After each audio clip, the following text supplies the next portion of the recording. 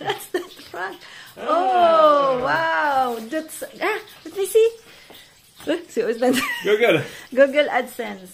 Ayan. Natanggap na po namin yung PIN number ni Lolo. Ni Lolo. Ayan, baka dito na yung start ng ating joke. I'm joking. I'm really joking.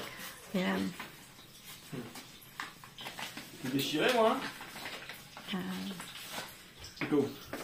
My God. Very long, ha? Tututong na to, ha? Luluto pa naman po ako. Nice. Un code secret. Pas montrer, hein, c'est notre code. Yeah, it's a code secret. Secret code. Secret code. Yan. Ayan na po. Titingnan natin ang code secrets. Ayan na.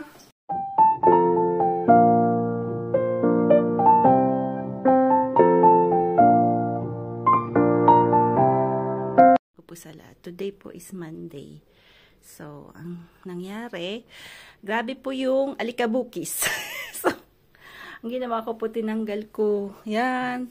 Yun lang po yung mahirap pagka mahilig po kayo sa, ano po, no, sa mga ganyan. Tawag dito is biblo, no, yung mga decoration na yan. Kasi, when you have obligado po kayong magpunas-punas kasi lalo na po kami meron kaming chimney, so it's really maalikabok. So ayan po. So meron pong nabibili ditong parang product, no, na di ko na po papakita, na ipapahid nyo po yan, parang oily po siya at magiging shiny na, ano, magiging shiny na po. Pero kung wala pong ganyan, pwede po yung coconut oil. Yung dunay pong, yung totoong coconut oil po, pagka malamig natutulog yon. So, it means when you buy a coconut oil at malamig, lalagay nyo sa fridge, at hindi po natulog, it's not hindi po totoong coconut oil. Kasi natutulog po yung coconut oil. Yan. So, lahat po yan tinanggal ko kanina. Tingnan nyo po at very shiny. So, yan. Yan lang po yung mahirap pagka mahilig sa mga ganyan. So, siguro pagka medyo matandang-tanda na si Manay, tatanggalin. Ayaw na kasi ni Frank tanggalin yung mga souvenirs namin na po kasi gusto ko na sanang i-donate yung iba kasi syempre, nagiging full pack na rin yung bahay. Anyway, binili naman yan, I mean, all these years pa uwi ng Pilipinas at nung na-assign po kami sa ibang bansa, no po, ayan, yun po yung mga souvenirs. So, ayan, malamig pa rin po dito sa France. I mean, like, in the morning, obligado po kaming mag-fireplace na po kasi sobrang medyo talaga malamig. So, I put some plants kasi namamatay po yung ibang plants sa labas, no? So, especially yung spider plant, yung aloe vera. Yung aloe vera, pagka nasa lupa po, tapos lalagyan nyo po yung ano naming mga lupa, no po, na, ano ba tawag doon? Yung, nakalimutan ko na naman yung word. Yung tinakpang ko po noon, yung maitim na lupa na kinuha namin ni Frank sa Dishitery. So, para hindi po mamatay yung roots. Pero tingnan po natin kasi yung mga bougainvillea. Pagka nakita nyo po yung branches, it's all dead. Pero I hope na hindi po patay sila kasi I love bougainvillea. Kasi ano na po yung tatlong kulay. May violet, may white and roses, tsaka po red. So, pagka yung namatay na ko, iiyak po si Manay Timmy. So, I put some, kasi may mga plants po na like the spider plant na po, it's good at home. Kasi, yung pollution po, kinukuha niya po yung mga pollution. So, yung spider plant po is nice. Saka hindi niya po kailangan masyado ng, ng too much luminosity. Yun. Maganda rin po yung snake plant na po. Kaya lang namatay yung snake plant ko. So, snake plant is very good too sa loob ng bahay. So, today, panghapon po ako ulit. So, kaya nag-ayos-ayos ako kasi 1 o'clock pa naman po yung pasok ko. So, medyo this morning, syempre, yung mga YouTuber natin na ka-close, na sinusuportan din po tayo. Sinisilip ko po yung mga channel niya. Hinahati-hati ko po para wag naman pong para pare-paras lang. No? Ayan. So, yan po. Yan, nag-vacuum tayo kanina. 7 o'clock, 7:40. So, siguro si Osh sabi niya, siya maaga naman nag-vacuum. Tapos mamaya babacuumin ko po yung loob ng kwarto namin. Kasi ang dami pong dusts. Yun po sana, yung maganda sana bumili nung something na parang, ba't hihigupin yung mga dusts na po. Siguro, kaya lang siguro pang mayaman lang yun eh.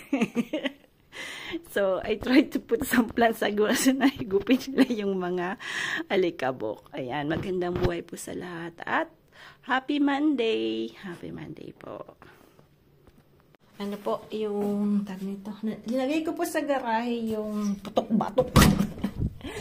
Lamig dito. Ayan, nandito yung, yan po yung susisong. Dito ko rin nalagay kasi dito it feels like 3 degrees. Ayan, nasa na? Ayan, nandito po siya. Dito ko siya linalagay kasi dito po sa garahe namin, it feels like 2 degrees. It's like a very a frigidaire. Ayan, so kailangan natin itong saraduan dahil papasok sa loob ng bahay yung lamig. Ayan. Ito. Yan, dapat po kasi dry na ito. Tingnan natin kung malutong na. Kasi, ito maraming gagayahin lang natin. Gaya-gaya mo. Yan, medyo, hindi pa siya gana talaga pag nakahang na po. Magmamantika-mantika na po siya, no? So, yan, kukuha po tayo ng tapos lulutuin natin dito. Kasi grabe, kaya nga pinangalanan ng putok-batok dahil grabe talaga kung pumutok. Nakakatakot ka lang may paputok sa loob ng bahay. Ayan. Vegetal oil lang po yung linagay ko na po. Ayan. Papainitin lang natin yan. Then after we put the putok-batok. yung chicharon natin. Pachicharon na natin. Tawag nito. Ang ganda po ng Nigo kasi during, pag summertime po, ang init-init dito. Nagdadaing din po ako, no? Pag kasi nag-fishing si Frank, tas may nahuli siyang maliliit. Then pagka bibili po kami sa mga, tawag nito, na isda, tas masyadong nakita ko pong, ang tawag nito, masyado siyang, oh my God, I lose my word again. Yung bagong huli pa lang po, ayan, yung ginagawa ko po siyang daing. So, ang ginagawa ko po, yung style po ni Ray, Aldo Fishing, no po, yung kaibigan naming nasa Sambales, no po, binababad muna sa suka na maraming asin, tsaka paminta. And after po, mga ilang siguro 2 hours na binabad nyo po sa suka, i-dry nyo po sa Nigo, sa ganito po. Kasi para yung, yung tag nito, yung moist niya, syempre, mahuhulog siya dyan, diba? Kasi may butas-butas yan po, tapos ibibilad nyo po. Ayan, yung kinagandahan ng Nigo. Kaya ang dami ko pong Nigong dinala galing Pilipinas na po. Adik din ako. Adik din po ako sa Nigo. Ayan na po. Kasi puputok po siya. So, tatakpan natin, no? Ayan. Slow cooking lang po tayo, Slow cooking ba o biglaan na cooking? Hindi ko alam kung ano dapat, yung biglaan. Alam ko kasi, yung, di ba naglilitsyon po si bro, si ka-farmer. Yung paglilitsyon po, biglaan nilang iniinit, no? Yung dapat mainit agad. Pinapalutong nila po agad yung litsyon. Kasi akala natin hindi, di ba? Ang ginagawa po nila, yung astuce nila, biglang yung yung apoy, pagka sinalang po nila yung lechon, kailangang mapalutong nila agad yon. Then after, pagka pumula na po yung lechon, hinihinaan na po nila yung baga na po, yung, ang tawag nito, yung baga. Baga is, basta yun, baga po, yung apoy na po, yung uling, kinukuntian na lang po nila para mag-slow cooking, para naman po maluto yung inside noon. Ayan. So, ewan ko yung dito, kung ano naman astuce nila na po. So, tingnan natin kung babantayan na lang natin para wag matutong na po. Pero mamaya puputok na yan.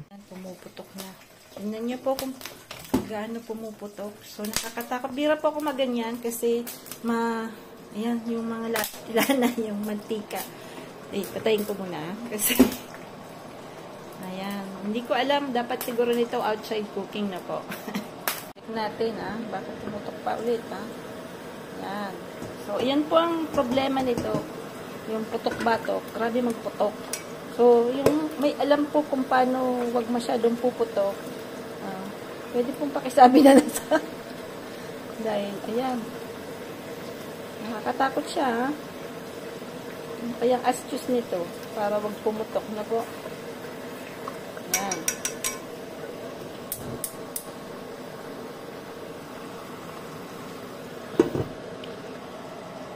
Pati si Frank natakot. Tingnan nyo talaga. Batok-batok talaga eh. Sabi ko sa inyo, ang hirap talaga lutuin ito. Kahit gusto ko siyang kainin, ha. Ayan. Ewan ko kung anong astuce nila dito, no. Kakatakot, ha. Siguro talaga dapat dry na dry. Yung taba. Ewan ko kung o dapat talaga yung wala siyang ewan ko lang. Nahihirap talaga, ha.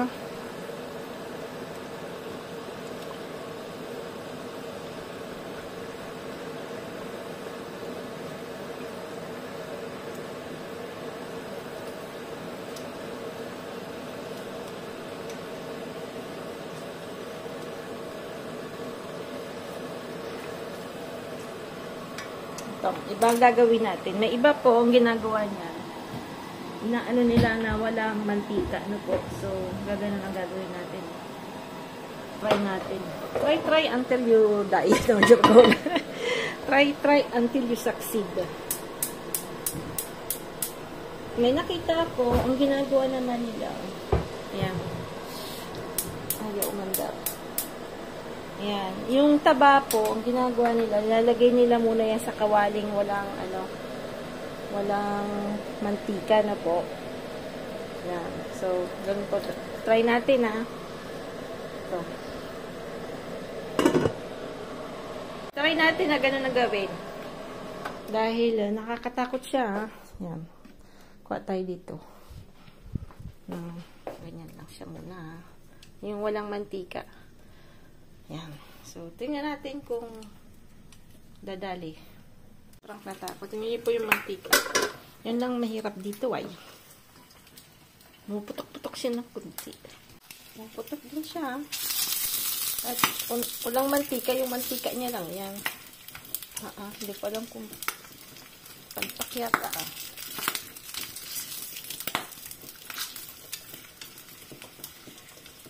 Yan natin.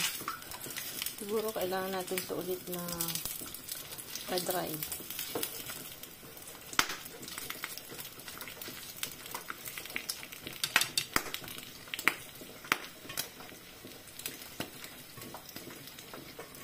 Ihang natin kaya to.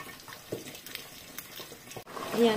Maganda po pag tinanggal nyo yung balat, hindi siya naputok. Kaya ano siya, hindi siya putok-batok. Yan. Kasi yan. Paborito tila. Siyempre, masarap sana yung may, may balat dahil malutong. Kaya lang, sige, putok ba? Pwede na yan. Kasi meron po akong biglalang Mang Tomas. Nasaan na yun? Mang Tomas ko. Nasaan? Nawala. Nawala yung Mang Tomas. Ito. Galing natin to. Dito to eh. Saan? Ayan. Medyo tumago Sana yung Mang Tomas. Wala. Saan ba yun? Ito. Nandun yata. Hanapin ko muna kasi mga dala ko pa yun sa Pilipinas na po. Nagdala ko ng Mang Tomas. So, hanapin ko muna syempre. Si Mang Tomas. Nasa rep pala. Hindi ko na po papakita kasi baka mamaya ano na naman po ako, copyright. Naman, bawal ipakita yung mga ganyan. Dito sa France, bawal. Pinaka-copyright nila po ako. Siguro yung mga French product. Yan. So, ayan na po yung kulay niya. Kasi po, pag may pasok po ako ng hapon, hanggang mamayang gabi, mga 11:30 po ako kumakain. Siyempre sila parang kumakain na kasabay ko. Ayan.